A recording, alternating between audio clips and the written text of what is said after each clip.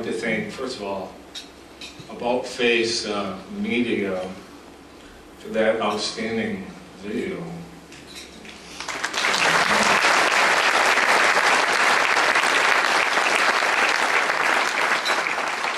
You know, when I agreed to be part of tonight's event and realized there would be a video crew following me for a full day, needless, I was a bit nervous. But they were so great to work with, and I had no idea how the editing was going to go, what the vision was. I had my own vision, but I didn't really share that with Melanie. But in the end, I think what they captured was exactly what I wanted, which was, it's not about me, it's about what a family struggles with, to try to live a normal life when they're dealing with ALS. And that's what I hoped. I didn't want it to be me, Jim, interviews, tell us about Jim. I wanted it to be something that could be played anywhere to show everyone what this disease can do. But better yet, how you can try to just keep living your life while you can. That's kind of what I hoped, and I truly think that's what the essence of that video showed. So, thank you to them for making that happen.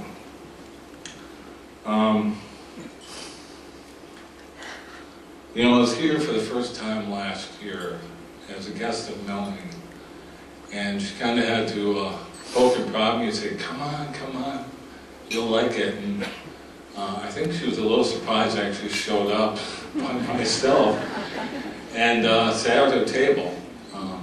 Because at that time, I certainly wasn't sure what to expect. And the last thing I thought was that I was going to be standing here today in front of all you wonderful and generous people. I did have a few questions. I said, can you tell me a little bit about maybe who has spoken at this event in the past? And the first name she mentioned was Frank Darabont. I said, huh, is that the guy that made Shawshank Redemption? He said, yeah. I go, wow, I love the movie, but that's a pretty big guy. And I said, well, anyone else? Well, have you ever heard of Mitch Albom? Yeah. I've seen him on the Sports Reporters from Detroit. Great author, Tuesdays with Morrie. At this point, I'm starting to get a little unsettled. And I said, well, just throw out one more name. Christopher Reeve. I thought, really? Superman? So, if there's anyone here for the first time, Melanie is right over there. She's feeling a little shortchanged, okay?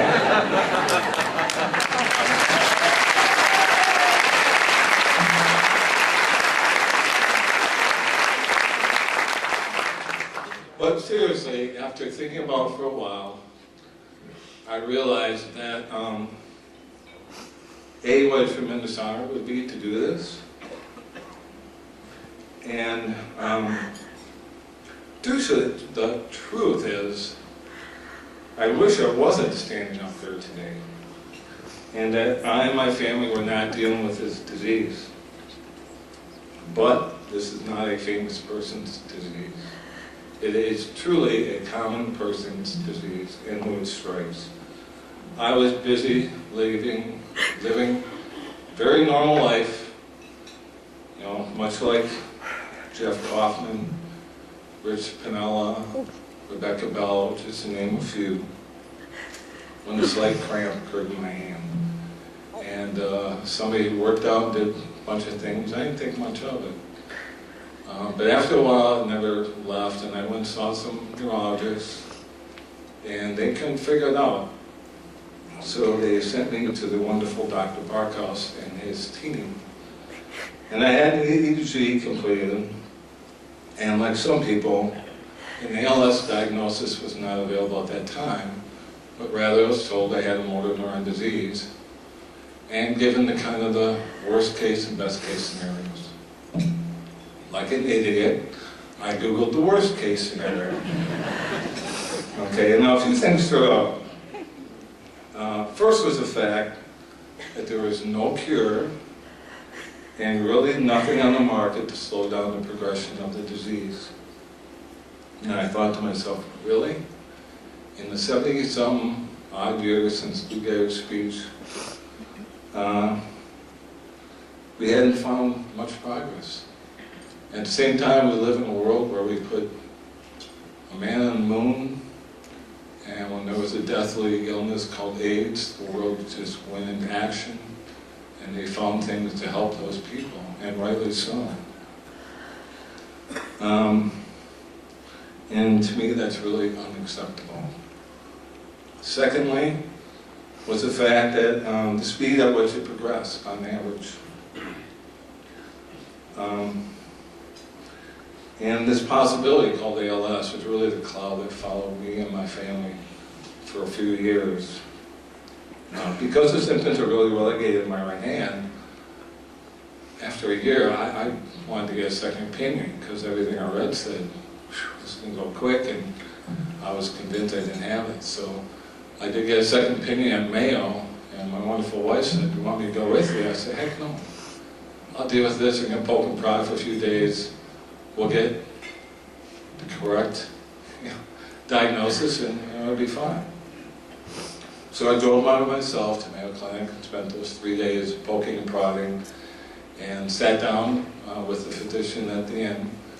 And she said, are you here alone? I said, yeah. She said, can we get your wife on the phone? I said, sure. So I called my wife.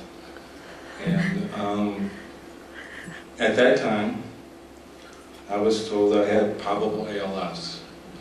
Now, prior to that, it was possible ALS.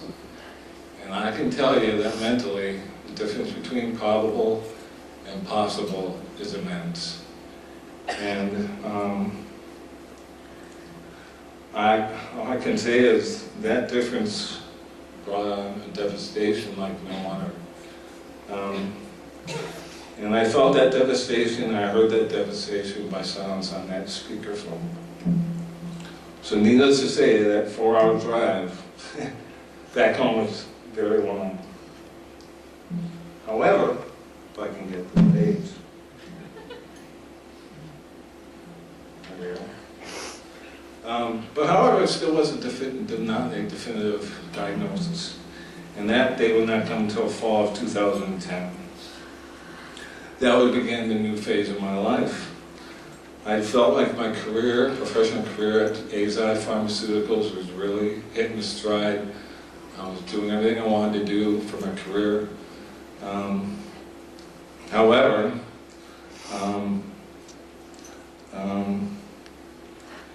that was stopped short. And to say that the energy and extra work that took a toll on my body is, like all of you have seen, I can't tell you enough what that was feeling like. And at the end of October, I stopped working. Now, I, like many of you, I felt like, God, I wish I could retire early.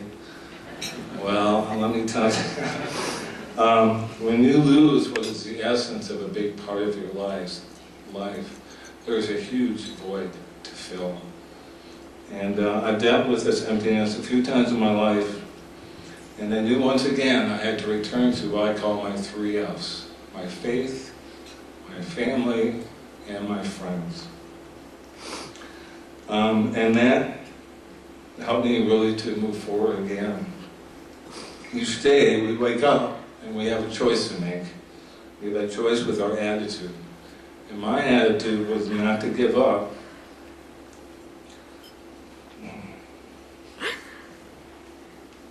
but rather to live my life as full as I could. Sadly, for many of us, it takes a life-changing moment to make us realize where and how to lead and live a fulfilling life. Although I, like many of us, are allowed to have a bad day, I knew there were 4 big reasons why I had to do this. Those 4 reasons are named Daniel, Jacob, Evan, and Catherine.